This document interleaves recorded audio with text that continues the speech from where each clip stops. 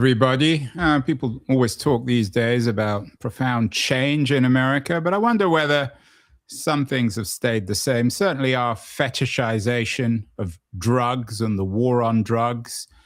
Trump, of course, invaded Venezuela, at least for a day, in the name of drugs. He has a war on fentanyl. And the more it seems to me as if we talk about the war on drugs, the less we know. My guest today has a new book out, not in theoretical terms on the war on drugs, but a book about a killing in cannabis, which in some ways brings, I think, a lot more enlightenment to the complicated subject of drugs, illegal and otherwise, in the United States. My guest is Scott Eden. The book, A Killing in Cannabis, has already got a rave review on the New York Times, and he's joining us from a chilly New Jersey.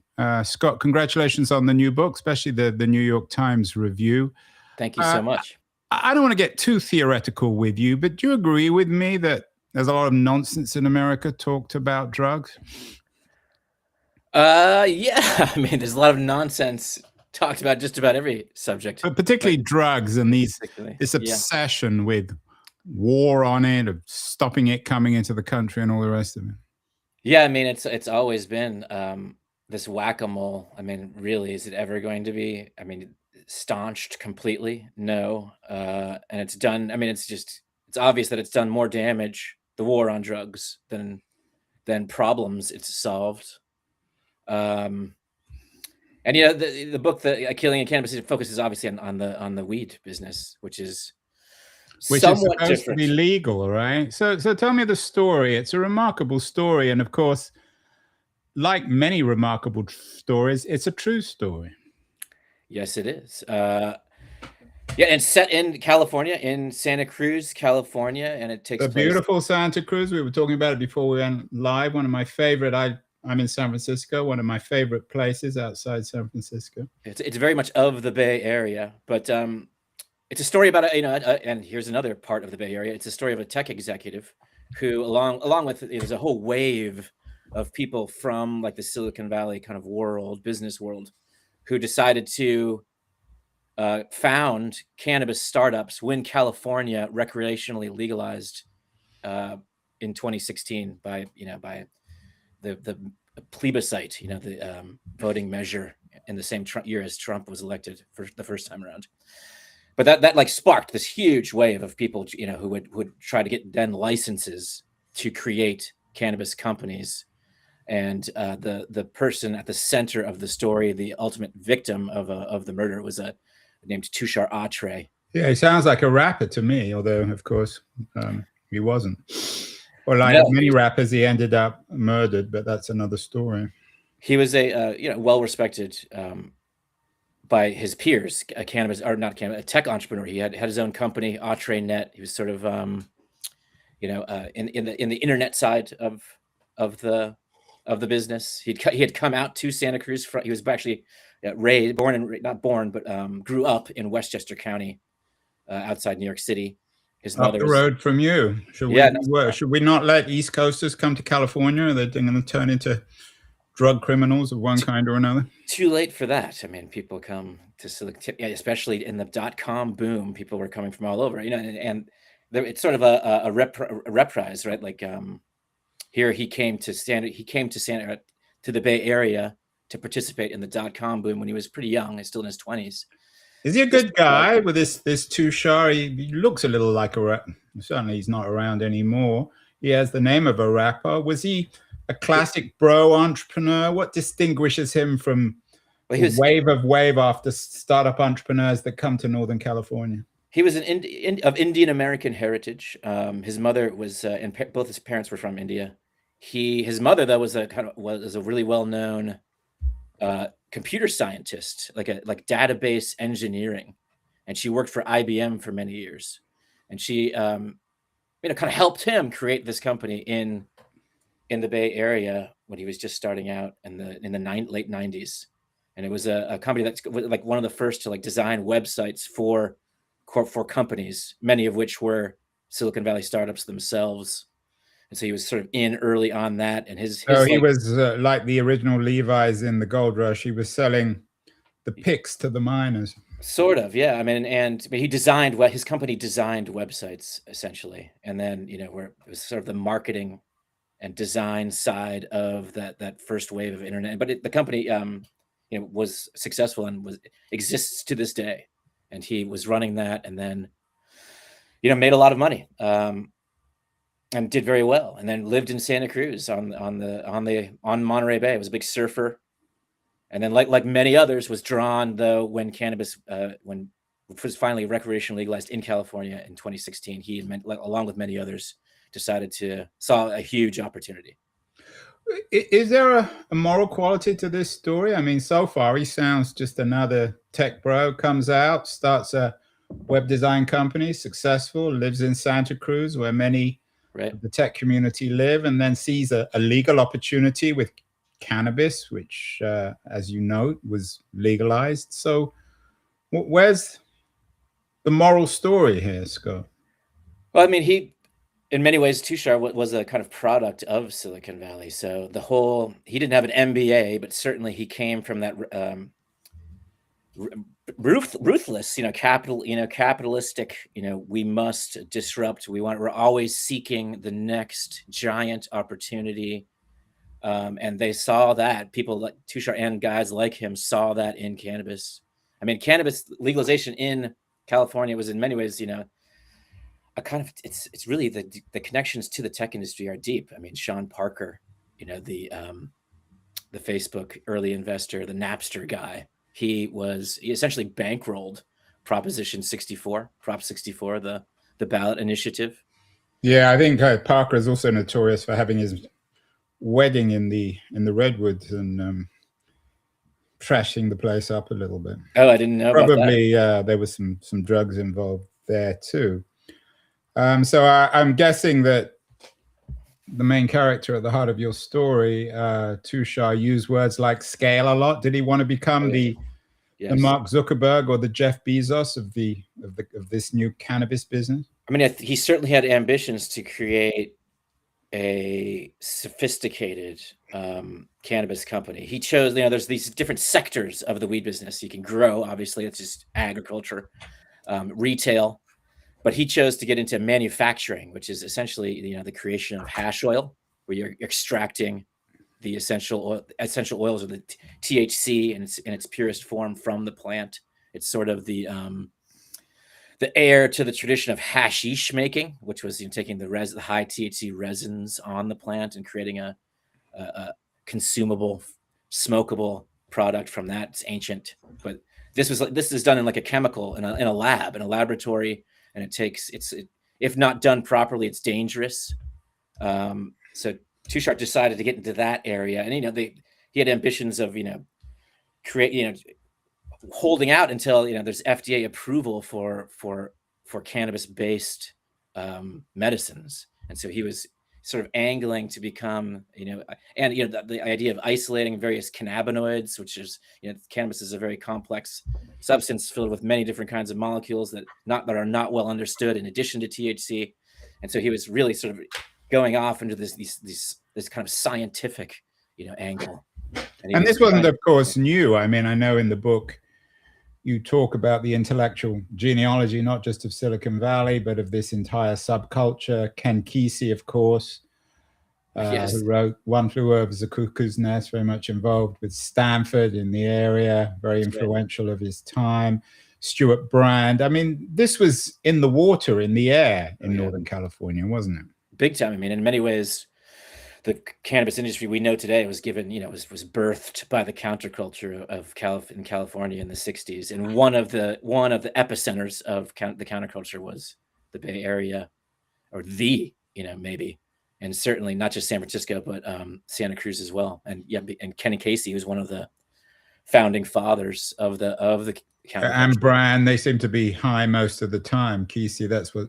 Yeah, I mean, they were an iconic figure, using everything. And his writing cabin, Ken Kesey's, was in La Honda, which is not in Santa Cruz County, it's in San Mateo, but still it's in the Santa Cruz Mountains, nestled in the Redwoods. It's in the same region. And that was the home base for the Merry Pranksters. The house band became the Grateful Dead. Right, but Casey wasn't murdered. Stuart Brand's still around, living on his houseboat in the San Francisco Bay. They were none of the Grateful Dead were executed or murdered. Yeah. What happened to the hero or the anti-hero in your book, Tushar? Why did he devolve or slide into one kind of criminality or another? Well, I mean, the cannabis business, it was just then emerging from prohibition, just when Tushar was getting into it. Or there's a slow evolution from total prohibition through the medical marijuana regime to recreational legalization in California. But if you think about it as a national movement, state by state, prohibitions are being eliminated, and it's becoming legal sort of here and there, but it's still federally illegal. So I would still consider, even now, and especially when Tushar was getting into the business, it was this chaotic time. Like, this prohibition that had been around since the 1930s was only partially ending, right? So you had people from outside of cannabis wanting to get into the industry, like Tushar, but then you had also people who had been involved in the black market for many years, also trying to position themselves to go legit, to get licenses. And so there's all of these people were scrambling to position themselves to take advantage of what they thought was going to be this giant opportunity. So at the beginning, you kind of had to deal with, even if you wanted to do things totally a license and above board, there was no way to avoid not dealing with people who were in the black market, right? Organized crime. There's that famous moment in The Godfather when there's a conversation about whether or not to go into the drug business. What was Tushar? Was he associated? Did he become involved with organized crime? I mean, the cannabis world is sort of just a little bit different than like the harder drugs. So organized crime is not quite as involved in weed as cocaine or heroin, but it is there. I mean, certainly the Mexican drug cartels got their start actually selling cannabis, selling weed, Mexican brickweed into the United States during the 60s and even before. So the organized crime groups that grew in Mexico out, to what we know today, kind of had their start as weed traffickers. So yes, there is organized crime, but it's a diverse world. You had like these kind of hippie do-gooders who were creating patient collectives that, also were profiting on the black market. So is that organized crime? Not in the, sort of popular sense. But I mean, they were, many of these people became kind of pot tycoons on a very large scale. And they came out of the counterculture. So they were kind of like this almost hippie gangster type of operator in cannabis. Also when, recreational weed was just coming into play in 2016, 2017. So it was like this kind of, that's one of the reasons I was drawn to the book in the first place. It's like this sort of diverse mixture of very colorful people. Yeah, to put it euphemistically, colorful people. Is this very much of an American story? Of course, when we talk about prohibition, post-prohibition, we don't just think of The Godfather. We think of Gatsby, who apparently made his money, at least his fictional money, in alcohol. Right. I mean, of course, there are illegal drugs around the world, but do you think that the story you tell in A Killing in Cannabis, it's a true story? Is it very much of an American story? I mean, I consider it sort of, like an American kind of epic. I mean, there are, every country that has weed prohibition, though, would be in a similar position. I mean, many other countries, UK included, it had the swinging 70s, the swinging 60s over there, and had its own. You got to start from somewhere. I mean, there were rumors that Joe Kennedy made his money originally in illegal alcohol of one kind or another. Never proven. So many of the great fortunes in America were founded around this gray area, shall we say, to speak euphemistically. Right. I mean, that's another reason that, the Silicon Valley and cannabis connections are intriguing. Guys like Tushar and some of the bigger entrepreneurs in the Silicon Valley, I mean, they live on the edge, right? They're constantly seeking loopholes or weak points to exploit, right? In order to make money. And I think that drew Tushar to weed to begin with in some way also, is that this idea of living on the edge. You know, he was a big surfer, loved, you know, had the adrenaline rush of going out and catching big waves, living dangerously. And He reminds me a little bit. I used to know a few years ago Travis Kalanick, the founder of Uber, who is now somewhat disgraced. I'm not sure how familiar you are with Kalanick, but yeah, he was another arrogant, brash, but also brilliantly innovative character. Was Tushar likable?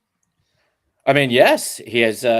I mean, story after story of how charismatic he was, and he has an extremely loyal friend group in Santa Cruz. Who, I mean, they loved him, and there was a reason. He was, to them, he was generous, kind, you know, sort of dynamic, creative, you know, innovative also. I mean, here he was, you know, innovating again with in the cannabis world.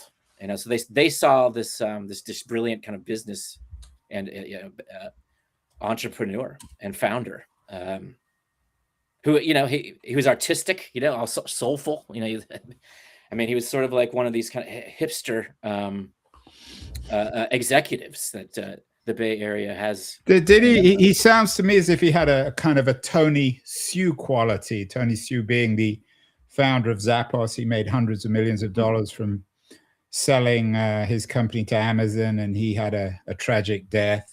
He was very much involved in the world of drugs as well. Did Tushar and Tony Hsieh, were they in any way associated, or is it just that sort of subculture? Yeah, don't think so. There are many connections, though. Yeah, like I said, between Santa Cruz, weed, even going back into the medical and prior times, and tech. I mean, you had I talked to and one gentleman in particular who had been growing, you know, unlicensed weed on property he owns in the mountains in Santa Cruz since the 70s. And his like chief clientele over the years sort of evolved from musicians, and in the 70s through, and then in the 80s, it became tech executives and founders who saw in weed a way to just to kind of chill out or to inspire their minds. There's the Steve Jobs famous origin story, where he came up with the idea for Apple with the age of pot. Wozniak famously saying no, he didn't use any. But there's Burning Man, you know, which was an amalgam of artists and tech people out of San Francisco. Many of the Burning Man installations were financed by Santa Cruz pot business people. But again, I mean, all those things are true. Jobs went to India and experimented with psychedelics. Yeah. Burning Man has a cult following, although I think less so now. But none of that is necessarily illegal. I mean, Steve Jobs died a natural death. So how did this devolve? I mean, this sounds like a standard story: ambitious entrepreneur, brash, confident, likable, charismatic, from a tech background, already had one success, probably believed that everything he did would inevitably be successful. How did this turn into a story of murder? Well, I mean, there was a huge investigation. You know, so they find his body. But briefly, Scott, what happened? Tell us the year. I mean, we don't want to give everything away. We want people to read the book, and it's a wonderful book. Right. I want to avoid spoilers. Great reviews. But when was he murdered? What happened? October 1st, 2019. And so he had been in the cannabis business barely 3 years by the time when he was found. And he was abducted from his house by 3 assailants. And then his body was found on raw land that he owned in the Santa Cruz Mountains. Not on the beach? No, Not on the surfer beach? His house was on the beach, or on the surf breaks in Pleasure Point in Santa Cruz, which is a famous surf break. But yeah, he owned this property where there were no buildings. Like I said, it was raw, undeveloped land. and his body was found there. And but in sight, also on the land was an unlicensed cannabis farm. So I mean, that's an indication right there that And how was he shot? Was he strangled? he was stabbed and shot. So it was an unpleasant death. And what did the courts find? I know that one 18-year-old driver was convicted. Have they found the people responsible? Yes. So I mean, there was a many-month investigation. They eventually made arrests. I don't want to give away too much because there were many persons of interest and suspects before they, zoned in on the guys they eventually arrested. But they were former employees of Tushar's. I mean, I may have given that away. Oops. But there were dozens of people that at first the investigators thought may have had a motive. So it was an inside job, or it might have been an inside job. I don't know. Somebody suggested that he knew, or somebody knew, that he was going to die. Did he, towards the end of his life, did he recognize that he was in danger? I believe he did. Yes. And there's also a love story at the center of this. I want to get to the love story, and it wouldn't be a good story without a woman, a beautiful woman, Rachel Lynch. Tell us about her. Yeah, Tushar met her right as he was sort of, coming up with the idea to get into the weed business. And he met her. She was by chance. She rented an Airbnb that his family owned in Pleasure Point, and he was smitten with her quite early, and then found out that she herself was in the cannabis business, or had been. She'd sort of semi-retired and can't come to Santa Cruz with her mother, who is in the final stages of a battle with cancer. So they kind of went there just to relax and be calm and in a pleasant climate. But Tushar met her and finally dragged out of her that she had just finished, being 3 years or 4 years of cannabis cultivation in the Emerald Triangle up in Trinity County, which is very rural, but a famous cannabis production area of California, also mountainous and filled with redwoods. But she had been growing black market cannabis there for a number of years. So was she a plant, do you think, to excuse the pun? A plant? No. I mean, she was. So this was just by chance. By chance. But I mean, they decided to go into business together. And Tushar had his, chemical extraction lab, side that he was building this licensed lab. And then they wanted to create like a vertically integrated company, but they decided riskily to grow, and they bought land specifically in the Santa Cruz Mountains so that she could create a pot farm, but it was an unlicensed pot farm. Yeah, this word vertically integrated it's like scale. It's another of the Silicon Valley catchwords. It is, but actually in the cannabis business, it's meaningful because another theme of the story is that the weed business turned out to be not a humongous opportunity at all. It's been so hard, and there's been such most of the companies that were founded in the time when Tushar was founding his have gone out of business. It's been an enormous struggle, but the only companies that have found much success at all are those that both grow and are retail, right? Or have right. And I live in San Francisco, and I go down to the Mission a lot. I live just up the hill from there. It's not possible to walk around the Mission, which is one of the more fashionable parts of town, without walking past a legal weed shop. So someone's making money somehow, Scott. Somehow. The retail's probably doing a little bit better than cultivators or extractors. The price collapsed, not long after Tushar's death, which was kind of predicted because, you have this and essentially the end of a prohibition, the beginning of this new industry. There's going to be overproduction. There was, but there's so much weed is grown in California that it collapsed the price sort of globally for cannabis, both extracts as well as the plant itself. But yeah, it turned out to not be an easy business at all. And yeah, I know anyone who's been an entrepreneur in any sense knows that no business is ever easy. If there is a parable in this story, we don't want you giving away all the secrets because we want people to read the book. which actually has been marketed to look like a packet of cannabis. That is the cover. That is the Yeah, cover, yes. brilliant cover. You might get some people who think they're buying weed and end up reading your book. Is the parable economic or moral? I mean, what are we talking about here? What can, apart from a good story or a remarkable story, what are people going to learn from this tale of love and murder and Californian weed focused on Tushar Atre? Well, hopefully they'll learn, whatever great stories teach. In this case, it's about how Americans live now in business. It's about American ambition. What lengths are people willing to go to seize an opportunity that they feel could be life-changing? That's Did he break the law a lot, Atre?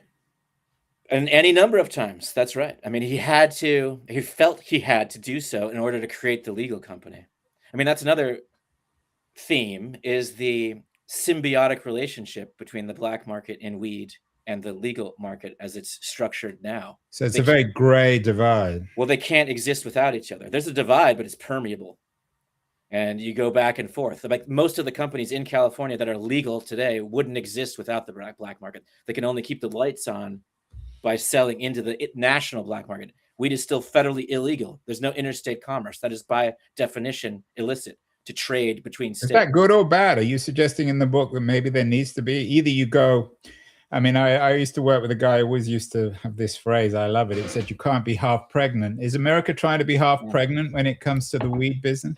Oh, for sure. Yeah, they're trying to have it both ways, and it just doesn't work. It's incoherent. I mean, I don't make any pronouncements. I don't. Yeah, but what do you? I take your point in the book, but what do you think? Should it be fully federalized so that it's just like anything else, or should it be more illegal? No, it should be federally legal. I think there should be some sort of carve out for interstate commerce. But it's hard. I mean, even alcohol, you can't still send bottles of wine between states. No, but I can buy a bottle of California wine in New Jersey. And you can't buy California weed in New Jersey? Not legally, no. It would be as if you could only buy Kentucky bourbon, for example, in Kentucky. I mean, of course, you could make a bourbon-like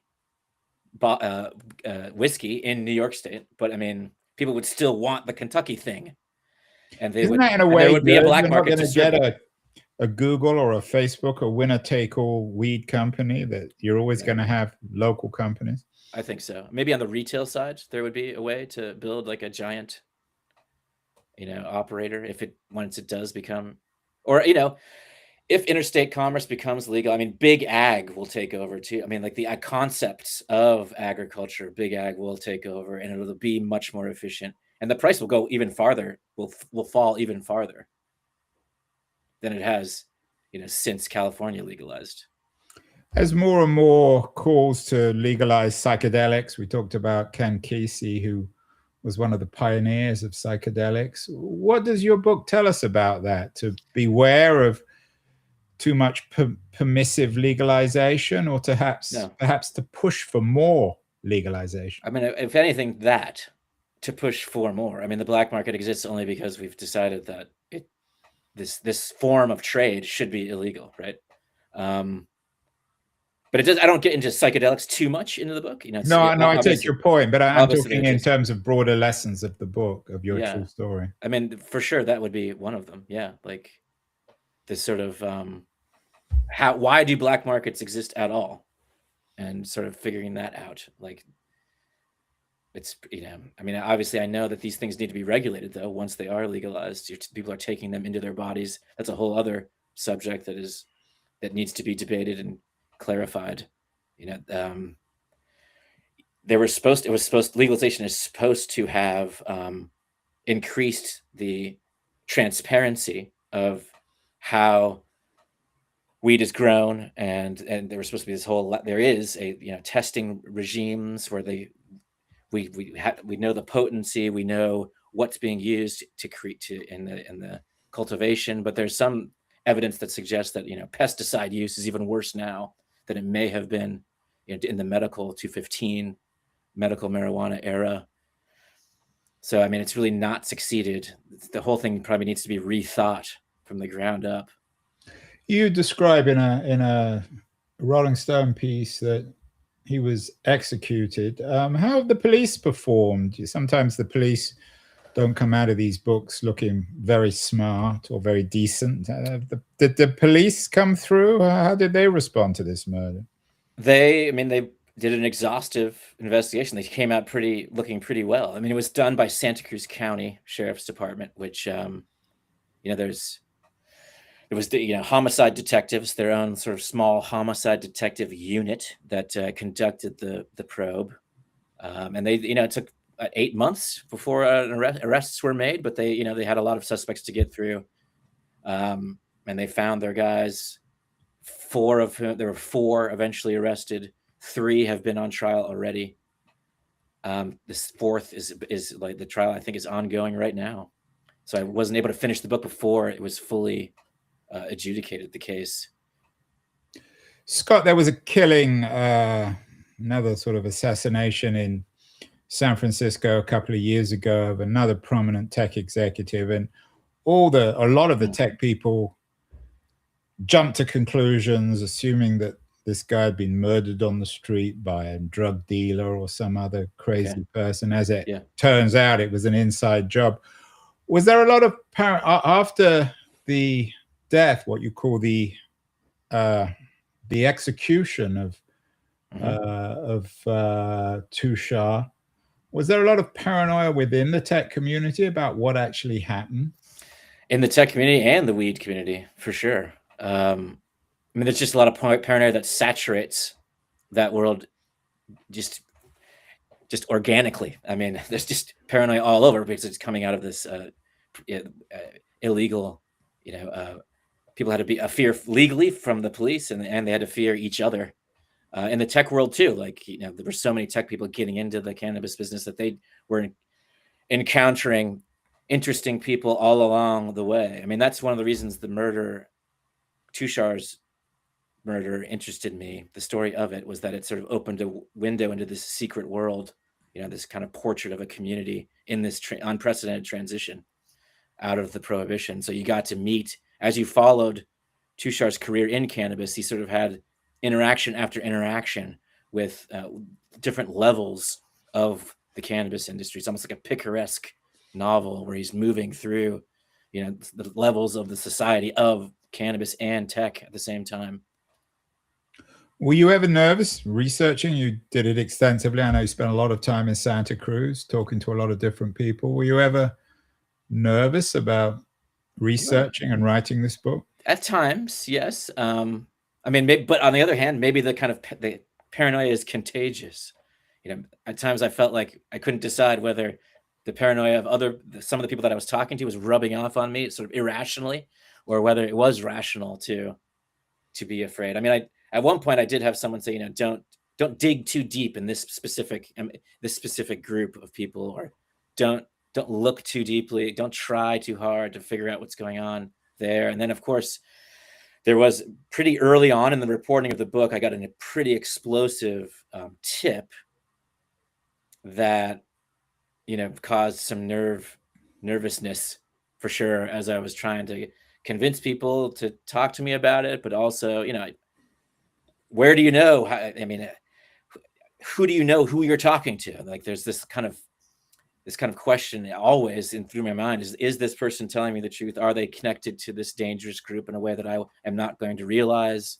Are they not going to tell the truth about it, right? Like, if it's such a dangerous connection that they didn't want to divulge, right? And then, so I was constantly, but again, is this the paranoia of the community rubbing off on me, or is it, are they legitimate, these concerns? So I had to wrestle with that a lot. Did you ever turn to weed yourself? On occasion.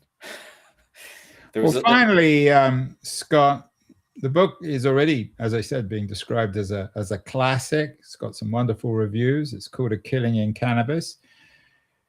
Is it a tragedy? Should we miss Tushar? Was he a good human being ultimately? I don't like to make moral. I mean, we're all complex people. He had his dark side and his bright side. I mean, I think he was trying to change at the end, according to a number of people I spoke with. He was aware of, the ways in which he was behaving badly and was striving to change. So, I mean, that's a tragedy, right? Someone who's trying to make good but can't, and then it's over. Very American story, then. Yeah.